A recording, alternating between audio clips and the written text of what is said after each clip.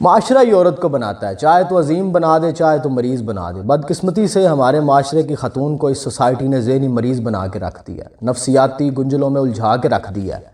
ایک lower middle class یا upper middle class سے تعلق رکھنے والی لڑکی ایک خاص سٹیج پہ پہنچتی ہے تو نفسیاتی جنگ کا یہ سلسلہ شروع ہو جاتا ہے۔ شروعات میں اسے یہ جنگ کرنی پڑتی ہے۔ پاکستان کا ایک بہت بڑا طبقہ ہے جہاں آج بھی یہ خیال کیا جاتا ہے کہ عورتوں کو پڑھانے کی ضرورت نہیں ہے، فیمیلز کو ایجوکیشن کی کوئی ضرورت نہیں ہے، یہ تو ہانڈی روٹی کرنے کے لیے، یہ تو کچن سنبھالنے کے لیے، ان کا تعلیم کے ساتھ کیا لینا دینا۔ ایک بہت بڑا طبقہ ہے جو ابھی بھی یہ سوچتا ہے۔ اچھا، جو تھوڑا بہت پڑھا لیں گے پھر یہ سوچیں گے کہ انہیں ہائر ایجوکیشن کی کیا ضرورت ہے، انہیں تو اعلیٰ تعلیم کی ضرورت نہیں ہے۔ اور ایک گھر کے اندر یہ والا تضاد آپ دیکھنے کو ملے گا کہ بھائی کو پڑھایا جائے گا، بہن کو نہیں پڑھایا جائے گا، بیٹے کو پڑھایا جائے گا، بیٹی کو نہیں پڑھایا جائے گا۔ یہ ایک نفسیاتی جنگ شروع ہو گئی ہے ان کے درمیان میں۔ انفیریورٹی کمپلیکس کہہ لیں، فرسٹریشن کہہ لیں، یہ مریض بننا وہ یہاں پہ شروع ہو گئی ہیں۔ ان میں سے بہت تھوڑی ہیں جنہیں کسی درسگاہ میں جانے کا موقع مل جاتا ہے۔ اب وہ ایک درسگاہ میں جاتی ہیں، وہاں پہ جا کے وہ تقابل ادیان پڑھتی ہیں، وہاں پہ جا کے وہ دنیا بھر کا فلسفہ پڑھتی ہیں، وہاں پہ جا کے ایون وہ چاہے مذہب ہی پڑھ رہی ہیں، اسلام کو ہی پڑھ رہی ہیں، لیکن پھر بھی اس ادارے میں جا کے وہ دنیا کے کلچرز کو سٹڈی کرتی ہیں، وہاں جا کے وہ کلچر کو ایولیوٹ ہوتا دیکھتی ہیں، وہاں جا کے ان کا سب کانشیس اور ان کانشیس مائنڈ ایکٹیو ہو جاتا ہے۔ انہیں پتہ چلتا ہے، دنیا کو ایک نئی آنکھ سے دیکھنے کا موقع ملتا ہے، انہیں پتہ چل رہا ہوتا ہے کہ دنیا میں کیا ہو رہا ہے، کلچرز کیسے آگے بڑھ رہے ہیں، لوئر مڈل کلاس میں کیا پرابلمز ہیں، اپر مڈل کلاس میں کیا پرابلم ہیں، ایلیٹ کلاس میں کیا پرابلمز ہیں۔ اب ان کا ویژن بڑا براڈ ہو گیا، ان کی سوچ کے جو ہے وہ سارے دریچے کھلنے لگ پڑے ہیں۔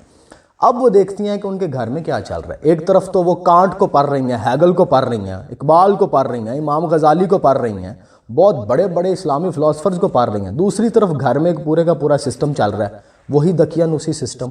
پھر ان کی اگر تعلیم مکمل ہوتی ہے تو یہاں پہ ایک اور ڈپریشن دیکھنے کو ملے گا کہ تمہیں نوکری نہیں کرنے دینی، نوکری کریں گے تو معاشرے میں ہماری کیا عزت رہ جائے گی۔ اگر ہماری بہن بیٹی نوکری کرے گی، جاب کرے گی، وہ کوئی سپر وومن بننے کی کوشش کرے گی، تمہاری کیا عزت رہے گی۔ یہ ایک دوسرا پوائنٹ جو ان کے دماغ میں ٹریگر کرے گا کہ یہ کیا ہے۔ اب اس پورے کے پورے دقیانوسی جو ایک سوچ ہے، اس کے خلاف انہوں نے لڑنا ہے۔ بہت کم ہے جو لڑ پاتی ہیں، باقی انہوں نے ذہن میں انہوں نے کرنا ہے، پنجابی کہنا ہے انہوں نے اندر ہی اندر مرنا ہے۔ اس کے بعد پھر دوسرا وہ جو کاسٹ سسٹم والا پنگا ہے، ان کی شادی کا معاملہ آئے گا تو کاسٹ سسٹم آ جائے گا کہ ذات پات کا جو ایک بہت بڑا سسٹم، جیسے براہمن، کھشتری، ویش، شودر، ان کے ساتھ جو رہے ہیں کوئی 150-200 سال ہم اکٹھے، تو ظاہری بات ہے ان سے انفلوئنس ہو کے ہم نے یہ پورے کا پورا سسٹم لیا ہے۔ کبھی خطبہ حجۃ الوداع پڑھا ہے آپ نے؟ رسول اللہ صلی اللہ علیہ وآلہ وسلم نے جو آخری خطبہ دیا اپنا، اس دنیا کا سب سے بڑا ٹیکسٹ ہے، وہ ہر ایک بندے کو وہ پڑھنا چاہیے۔ اگر تم لوگوں نے نہیں نہ پڑھا تو ابھی پڑھو، اور اگر نہیں پڑھا تو شرم کرو کہ تم لوگوں کو ابھی تک نبی پاک صلی اللہ علیہ وآلہ وسلم کا اتنا بڑا خطبہ، جس کے اوپر آپ نے کہا میں نے آج اس دین کو مکمل کر دیا ہے، سونے کے حروف سے لکھنے والا ہے وہ میرے آقا کا ایک ایک لفظ۔ آپ کو پتہ چل جائے گا کہ آقا فرما کے کیا گئے ہیں۔ آپ جس بات پہ اترائے ہوئے پھرتے ہیں، آقا کے ہاں اس گنا جاتا ہے۔ آپ صلی اللہ علیہ وآلہ وسلم کی بارگاہ میں وہ سارے عیب ہیں جن چیزوں پہ آپ بڑے اترائے ہوئے پھرتے ہیں۔ خاتون کو الجھنا پڑتا ہے انہی معاملات سے، انہی پریشانیوں سے جن کا سلوشن میرے رسول دے کے گئے تھے۔ وہ نفسیاتی طور پہ الجھ رہی ہے۔ اب پھر سوسائٹی دیکھیں کہاں پہ کیا کچھ کرتی ہے۔ چلے کہیں نہ کہیں وہ شادی پہ بھی رضامند ہو گئی ہے، شادی بھی ہو رہی ہے اس خاتون کی۔ اب شادی کے اوپر جو یہ ریچولز ہیں، یہ جو رسم و رواج ہیں، یہ ایک خاص طرح کا ایک پریشر ایک خاتون کے اوپر ڈالا ہوا ہے۔ مجھے ریسنٹلی میں ایک جگہ پہ ملا ہوں تو ایک محترمہ نے مجھے بتایا کہ جو میری شادی کا دن تھا میرے لیے وہ موسٹ آکورڈ ڈے تھا، کہ مجھے کہا کہ اب تم نے آج سارا دن ہنسنا ہے۔ ایک تو میں نے اس طرح کا ڈریس کبھی نہیں پہنا تھا، مختلف خواتین ہوتی ہیں جن کو نہیں، مطلب انہوں نے کبھی نہیں پہنا ہوتا، وہ ایک بھاری سا ڈریس، اور اس نے بتایا کہ اس کے نیچے پتہ نہیں وہ کیا کچھ اس کو کیری کرنے کے لیے جو ہے وہ پہننا پڑتا ہے، تو وہ بڑا آکورڈ تھا۔ اب اس خاتون نے کہا جی سارا دن مجھے بیٹھنا پڑا ہے ایک جگہ پہ، اب میں یہاں پہ مجھے گھنٹہ 1.5-2 گھنٹے بیٹھنا ہوتا ہے تو میں نہیں بیٹھ سکتا، میں اٹھ کے کبھی باہر چلا جاتا ہوں، کبھی ادھر ادھر چلا جاتا ہوں، آپ نہیں بیٹھ سکتے۔ جس کی پریکٹس نہیں ہے اسے سارا دن بیٹھنا اور اسے سارا دن مسکرانا ہے۔ یعنی کہ ایک کیمرہ مین، اتنی ساری یہ لائٹس لگی ہوئی ہیں اور وہ سارا دن اس خاتون کے اوپر جو ہے وہ کبھی کیمرہ مین آ رہا ہے، کبھی کیا آ رہا ہے۔ اب سوسائٹی کا یہ بھی ایک پریشر ہے کہ تم نے مسکرانا سارا دن، اس کے جبڑے درد کرنے شروع ہو جائیں، اور اگر وہ نہیں مسکرائے گی تو کیا ہوگا کہ یہ تو خوشی نہیں ہے گی۔ اچھا اس سے پھر ایک پریشانی اس خاتون کے ذہن میں یہ پریشانی، اس نے کہا میں یہ پریشان رہی ہوں کہ اگر میں نہیں مسکراؤں گی تو یہ سارے لوگ یہ کہیں گے کہ یہ تو خوش نہیں ہے گی، اور اس کی وجہ سے پھر میرے گھر والوں کو ایک پرابلم ہوگی کہ کوڑی تو خوش نہیں ہے گی، یعنی کہ اسے سارا دن مسکرانا ہے۔ اب وہ ایک خاص الجھن کا بیچاری شکار ہے، اگر وہ کسی نئے گھر میں جا رہی ہے اسے پتہ ہے وہ اپنا گھر چھوڑ کے جا رہی ہے، یہ پریشر۔ اب ایک نفسیاتی جنگ ہے، اس کی شادی کس کے ساتھ ہو رہی ہے، وہ گھر کون سا ہے، ان کے گھر میں کون لوگ رہ رہے ہیں، وہاں پہ اگر 10 لوگ رہتے ہیں یا 5 لوگ رہتے ہیں، ہر بندہ ایک الگ کتاب ہے، ہر بندے کی زندگی الگ ہے، اس کو پسند الگ ہے، ناپسند الگ ہے، اس نے جوائنٹ فیملی میں جانا ہے یا اس نے کسی سیپریٹ فیملی میں جانا ہے، اس کے دماغ میں اب ایک پورے کا پورا ایک پریشر چل رہا ہے۔ اس نے شادی کر کے اگلے گھر جانا ہے، اب اگلے گھر جو بندہ بیٹھا ہوگا وہ ویگرہ کھا کے بیٹھا ہوگا، اس کے دماغ میں پرفارمنس کا بھوت سوار ہوا ہے، یہ بھی سوسائٹی نے پرفارمنس کا بھوت میل کے دماغ میں ڈالا ہوا ہے، وہ ایک الگ طرح کی الجھنوں سے ہو کے آ رہی ہے۔ سامنے والا بندہ پرفارمنس لے کے بیٹھا ہوا ہے، اس نے اب اسے پرفارمنس دکھانی ہے کہ میں کوئی بڑا کوئی دنیا کا فٹسٹ ترین آدمی ہوں۔ اس سوسائٹی نے یہ پریشر ڈالا خاتون کے اوپر اور مرد کے اوپر، اور خاتون بیچاری اس پریشر کو بھی فیس کرتی ہے۔ اس نے اس سوسائٹی میں رہتے ہوئے اس نفسیات کے ساتھ بھی لڑنا ہے۔ اب بھائی وہ تیرے گھر آئی ہے، اسے یہاں پہ ایڈجسٹ ہونے میں وقت لگے گا، وہ ایک نئے گھر میں آئی ہے، نئے لوگوں میں آئی ہے، نئے مزاج میں ساتھ اس نے ایڈجسٹ کرنا ہے، یہ بڑا مشکل ہے اس کے لیے، بجائے اس کے کہ آپ اس کے ساتھ کوآپریٹ کرو، آپ کو پرفارمنس کا بھوت سوار ہوا ہے۔ یہاں پہ نفسیاتی معاملات پھر سے اور پیک پکڑنے لگتے ہیں۔ ایک گھر میں آ کے ایڈجسٹ ہونا ہے خاتون کے لیے بڑا مشکل۔ چلیں میں تھوڑا سا اسلامائزیشن کے طریقے سے آپ کو سمجھا دیتا ہوں۔ قرآن کے اندر ہے کہ مرد کو اللہ نے حاکم بنایا عورت کے اوپر، حاکم بنایا عورت کے اوپر۔ آپ نے اللہ رب العزت کو سمجھا کیا ہوا ہے کہ اللہ رب العزت کوئی بھی ٹرم کوئن کرتے ہیں یا کسی بھی تمثیل کو استعمال کرتے ہیں وہ ایسے ہی ہو جاتی ہے قرآن میں استعمال۔ قرآن میں جہاں بھی کوئی تمثیل استعمال ہوئی ہے، کوئی مثال پیش کی گئی ہے، آپ نے اس کے اوپر بڑا غور کرنا ہے۔ ہماری سوسائٹی میں اس آیت کو پڑھا گیا اور کہا کہ ہمارا کام تو اب حکم دینا، یعنی کہ اب تم میرا ہر حکم مانو گی، کیونکہ قرآن میں اللہ نے مجھے کہہ دیا ہے کہ اللہ نے مجھے تم پہ حاکم بنا کے بھیجا ہے، ہاں میں حاکم ہوں تمہارے اوپر۔ اور بھائی حاکم کا کام حکم دینا نہیں ہوتا، آپ کو پتہ نہیں کہ حاکم کیا کرتا ہے؟ حاکم کا پہلا کام ہے حقوق دینا، پہلے حقوق دو اس کے پورے کا پورے حقوق۔ تم نے اس کے کھانے پینے کا خیال رکھنا ہے، جو حقوق اس کے سلب کر رہی ہے یہ سوسائٹی تم نے چھین کے اس کے حوالے کرنے ہیں، تم نے اس کے حقوق چھین کے اس کی جھولی میں ڈالنے ہیں۔ حاکم جو حاکم شہر کو بھیجا ہے سندیسہ میں نے، ظلم تیری عادت ہے اور بغاوت میری مجبوری۔ اب حاکم بننا ہے آپ نے پہلے۔ آپ اپنے ملک کے حاکم کو دیکھ لیں، کیا توقعات ہیں آپ کی اپنے ملک کے حاکم سے، وہ توقعات آپ نے پوری کرنی ہے اس کے لیے، پہلے اس کے حقوق آپ نے اسے دینے ہیں، جو کچھ اس کی ڈیمانڈ ہے وہ آپ نے پوری کرنی ہے، جو کچھ وہ چاہتی ہے اس کے لیے آپ نے تقوی کرنی ہے۔ You have to prove yourself as a leader, آپ نے اپنے آپ کو لیڈر کے طور پہ پروو کرنا ہے۔ وہ جرا حکم تسی چلان دے چکر چو نا پترو حکم بڑے اینڈ تے گئے۔ آپ نے قرآن کو سمجھا، اپنے ہر بندے نے نا قرآن کی آیات کو جو شادی کے حوالے سے ہیں، سورہ نساء میں بھی بہت سی آیات اپنے اپنے حساب سے نا اپنے اوپر اپلائی کیا، جہاں پہ سب کو آسانی نظر آئی ہے۔ ایسا نہیں ہے ایک قرآن کے ساتھ بے ایمانی ہے، گل نو انج سمجھو جی میں اللہ نے سمجھایا ہے۔ حاکم کا مطلب یہ ہے کہ پہلے حقوق دو اس کے، زمانے سے کھینچ کے حقوق دو اسے اس کے۔ حاکم کس بات کے ہو؟ حکم تم نے چلانا ہے اس پہ، وہ والا جو تم چلانا چاہ رہے وہ سب سے آخر پہ ہے، پہلے اپنا کام کرو۔ دوسرا، اللہ نے قرآن میں فرمایا کہ تمہاری عورتیں تمہاری کھیتیاں، اے تساں بڑے غور نہ گل سننی۔ اس پورے کی پوری آیت کو سیکشول اورا کے اندر لے جاتے ہیں جا کے۔ اللہ نے جو یہاں پہ استعمال کیا نا ٹرم کہ تمہاری عورتیں تمہاری کھیتیاں ہیں، گل بڑے غور دے نال سننا۔ یہ سمجھنے کے لیے کھیتی ہوتی کیا ہے آپ کو کسان کے پاس جانا ہوگا، کسان آپ کو بتائے گا کہ کسان کا اور کھیتی کا کیا ریلیشن ہے۔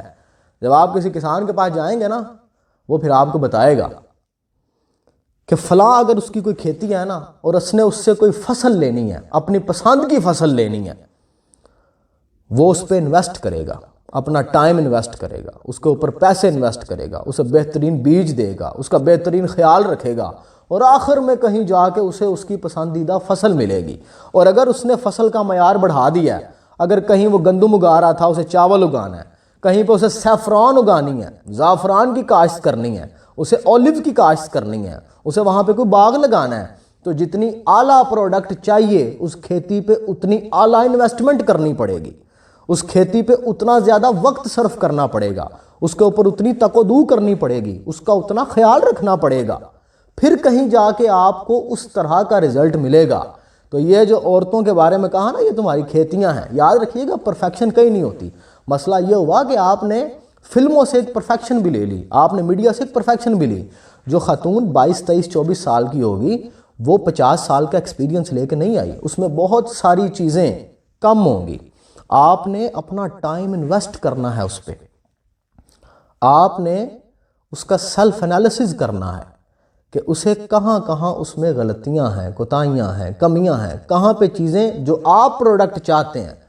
اگر آپ نے اسے الیکس بھٹی لینا تو پھر اور طرح کی آپ کو اس کے اوپر انویسٹمنٹ کرنی ہوگی، اور اگر صلاح الدین ایوبی چاہیے تو پھر اور طرح کی انویسٹمنٹ کرنی ہوگی، اگر آپ کو اسے امام غزالی جیسا بیٹا چاہیے تو پھر اور طرح کی انویسٹمنٹ چاہیے ہوگی، آپ کو رابعہ بصری چاہیے اس سے بیٹی کی شکل میں تو پھر اور طرح کی انویسٹمنٹ کرنی ہوگی، ابن الہاشم چاہیے، بو علی سینا چاہیے، آپ کو اتنے بڑے بڑے اگر لوگ چاہیے اس کوک سے تو پھر انویسٹمنٹ اور طرح سے کرنی ہوگی۔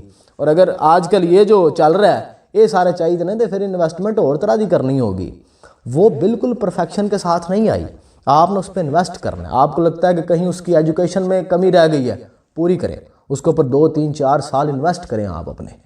اگر آپ اسے واقعی کچھ آؤٹ پٹ چاہتے ہیں، وہ جو کھیتی کا کنسیپٹ ہے نا انہوں سمجھو کہ یہ تمہاری عورتیں تمہاری کھیتیاں ہیں، انویسٹ کرو ان پہ، تمہیں چاہیے کیا ان سے۔ اگر آپ نے سنا جی ہمیں چاہیے سلطان صلاح الدین ایوبی جیسا صاحبزادہ اور ہمیں صاحبزادی چاہیے حضرت حفصہ جیسی، اور انویسٹمنٹ ویسی نہ کر سکو، کسی کھیتی سے آپ کو زعفران چاہیے ہو، کسی کھیتی سے آپ کو اولیو چاہیے ہو، تو آپ کو کیا لگتا ہے کہ آپ وہ گندم اور چاول جیسی اس کی کریں گے دیکھ بھال تو اس طرح کی آپ کو پروڈکٹ مل جائے گی؟ وہ نہیں ملے گی۔ آپ کو انویسٹ کرنا ہوگا، ٹائم دیں اسے، اس پہ ٹائم انویسٹ کریں، اس پہ پیسہ انویسٹ کریں، انرجی انویسٹ کریں، ہر وہ چیز جو ڈیمانڈ اور وقت دیں، اور ایک پراپر ٹائم تک۔ جیسے کھیتی ایک خاص وقت میں جا کے آپ کو پھل دیتی ہے، وہ ایک خاص ٹائم لگے گا۔ یہاں پہ ایک بہت بڑا مسئلہ پھر سوسائٹی پر کریٹ کرتی ہے کہ ایک ساسو ماں ہے یا والد محترم ہیں، انہوں نے اپنی زندگی کی 60 بہاریں دیکھی ہیں، تو 60 سال میں جو ان کا ایکسپوئر ہے وہ وہاں پہ چاہ رہی ہوتی ہے کہ جو 22 23 24 25 سال کی خاتون ہے وہ 50 سال والا ایکسپوئر لے کے آئے یا ایکسپیرینس لے کے آئے۔ بھائی ایسے نہیں ہونا، اسے وقت دیں، اس پہ انویسٹ کریں، پھر وہ آپ کو وہ والے رزلٹ دے گی۔ تو یہ ایک بہت بڑا پریشر خواتین کے اوپر آ رہا ہے۔ اچھا، پھر اب میں نے جو پرسنلی میں تھوڑے دن پہلے ایک سائیکالوجسٹ کے پاس بیٹھا ہوا تھا، اس نے مجھے بتایا کہ جب پریگننسی کا ایک پورے کا پورا ٹائم چلتا ہے تو ایک خاتون کس طرح کے مختلف وہ جو اس کے موڈ سوئنگز ہو رہے ہوتے ہیں، کس طرح کی کنڈیشنز میں سے گزرتی ہے۔ پھر میں نے اس کا پرسنل ایک ایکسپیرینس کیا اور میں خاتون سے ملا ہوں۔ اب یہ بڑی عجیب و غریب آپ کو بات لگے گی، ایک خاتون ہے جس کے گھر بچہ پیدا ہوا ہے اور اسے اپنا بچہ پسند نہیں آ رہا، وہ اس بچے کو مارتی ہے یا اسے اپنے سے دور کر دیتی ہے۔ اب انہیں لگتا ہے کہ یہ پاگل ہے کہیں خاتون، اور بھاجی وہ نفسیاتی کشمکش میں ہے، وہ بیچاری غریب ہے، وہ ایک خاص کشمکش میں چلی گئی ہے۔ یہ بھی ایک سوسائٹی کا پریشر ہے۔ آپ کو پتہ ہے جب کوئی پریگننسی کو کوئی خاتون گزر رہی ہوتی ہے، اس پیریڈ کے اندر سے گزرتی ہے، یا جب وہ کسی بچے کو جنم دیتی ہے، وہ کتنی تکلیف سے نکلتی ہے، اس کے کتنے موڈ سوئنگز ہوتے ہیں، وہ بیچاری موت کو ہاتھ لگا کے واپس آ رہی ہوتی ہے۔ سوسائٹی پھر بھی اس سے ایکسپیکٹ کرتی ہے کہ ابھی تم نے بچہ پیدا کیا، اگلے لمحے اب تم ہنسو، اب تم خوش ہو۔ بھائی اس کے اندر کیا چل رہا ہے؟ وہ بیچاری کیسے لڑ رہی ہے اپنے آپ کے ساتھ، کن بیماریوں کے ساتھ وہ لڑ رہی ہوگی، کیسی تکلیف کے ساتھ وہ لڑ رہی ہوگی۔ اب وہ کہتی ہے یہ سوسائٹی پاگل ہے، یہ کیا ہو گیا لوگ، میں ایک خاص طرح کے ٹراما سے گزر رہی ہوں اور یہ مجھ سے یہ ایکسپیکٹ کرتے ہیں کہ میں ہنسوں۔ چٹان جیسی اللہ کی قسم عورتیں جو پھر بھی ہنس رہی ہوتی ہیں، اس پریشر میں آ کے وہ ہنس رہی ہوتی ہیں، مسکرا رہی ہوتی ہیں، حالانکہ وہ بہت بڑی پین سے گزر رہی ہوتی ہے۔ یہ بڑا مشکل پیریڈز ہوتا ہے۔ یہ جو گائناکالوجسٹ ہیں یہ آپ کو اس کے بارے میں بڑا بہتر بتائیں گے۔ یہ جو کیا اسے کہتے ہیں، یہ جو لاسٹ ٹائم اس کے اوپر ہم نے بات بھی شاہ غالباً کی تھی، یہ جو ڈپریشن ہوتا ہے پوسٹ پارٹم ڈپریشن، یہ جو ڈیلیوری کے بعد ہوتا ہے کہ آپ کو اپنا بیبی پسند، ایسا نہیں ہے کہ اسے بیبی پسند نہیں ہے، لیکن وہ درد اتنا حاوی ہوا ہے، وہ کمپلیکسٹی اتنی حاوی ہے کہ اسے وہ جو پروڈکٹ ہے اس کا اس کی طرف دھیان ہی نہیں جا رہا، اسے لگ رہا ہے کہ اس کی وجہ سے یہ سارا کچھ ہوا ہے۔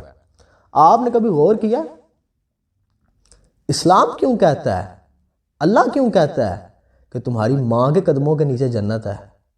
تم نے پوری زندگی اب ان کو راضی کرنا ہے۔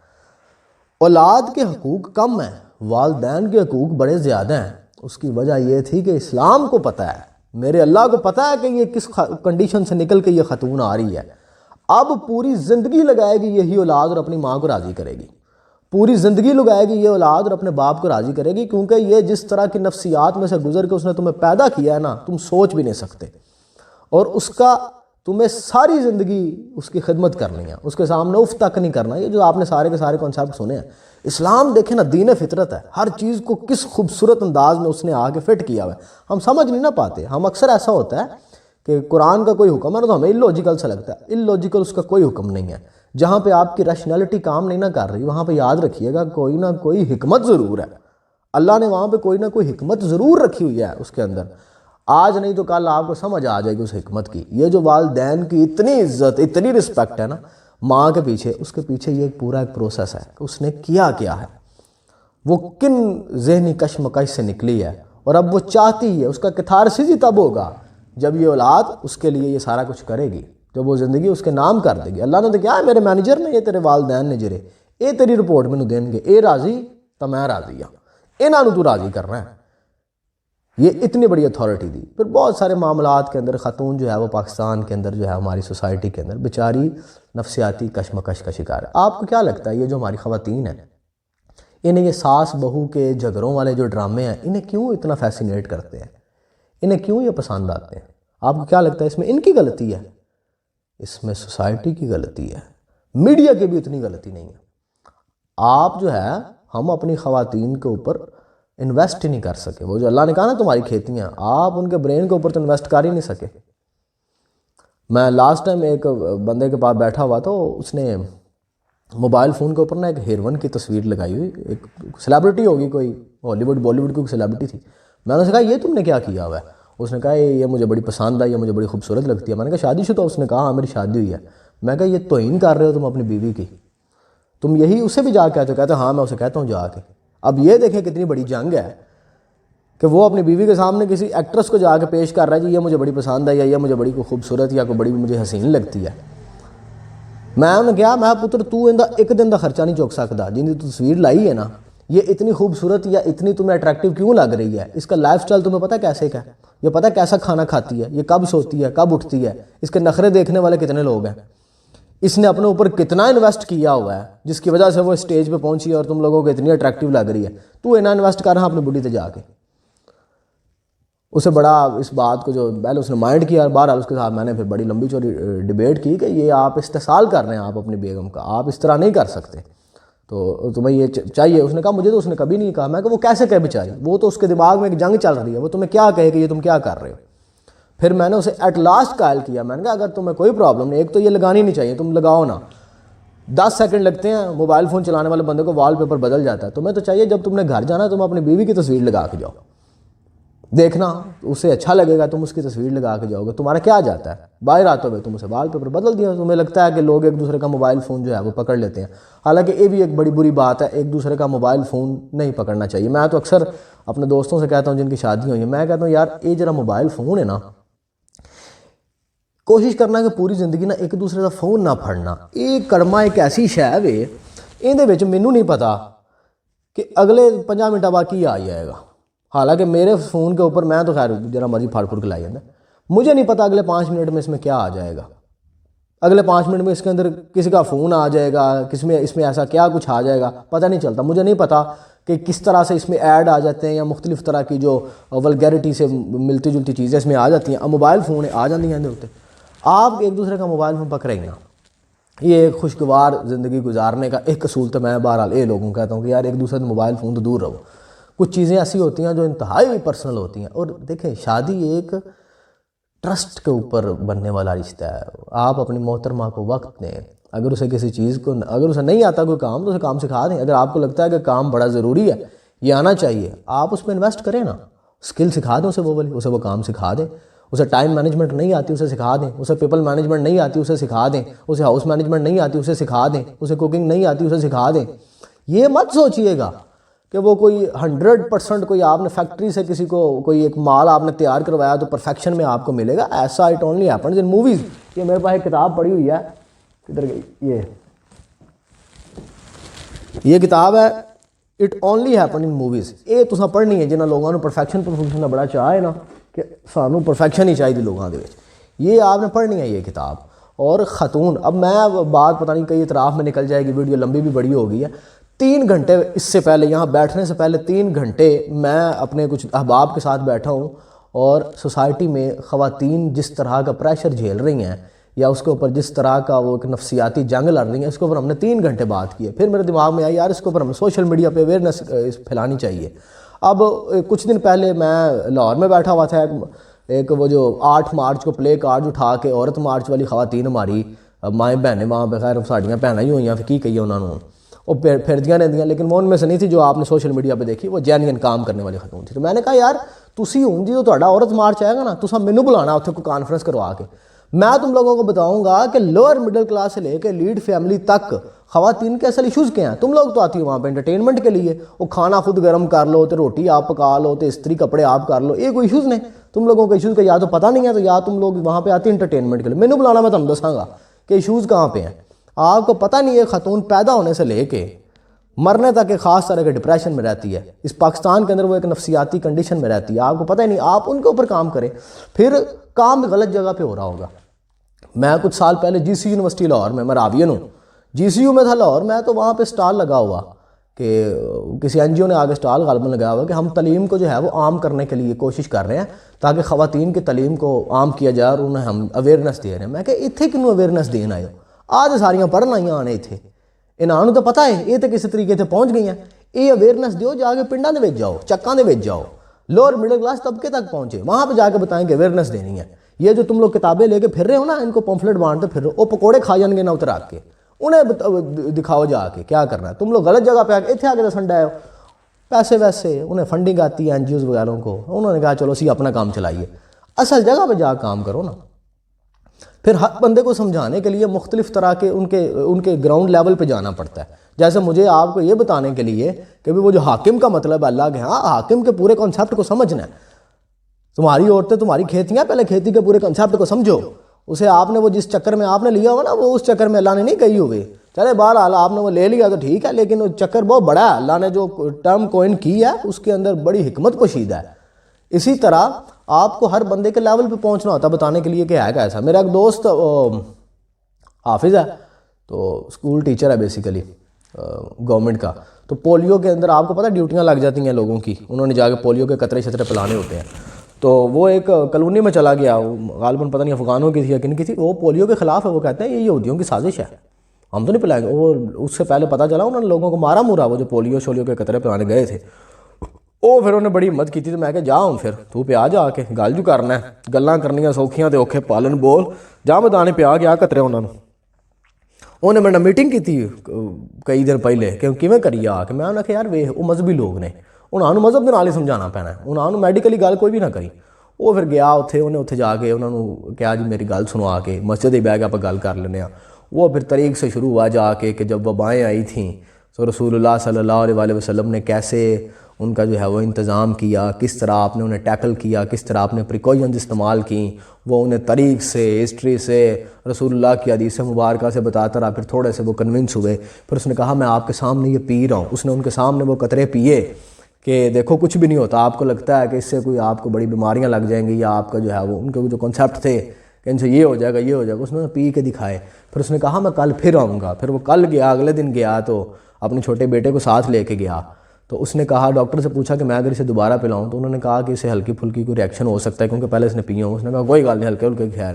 وہ وہاں پہ گیا، اس نے ان کے سامنے اپنے بیٹے کو کہا میں نے اسے پہلے پلائے ہوئے ہیں، میں اب دوبارہ پھر پلا رہا ہوں آپ کے سامنے، آپ کی تسلی کے لیے.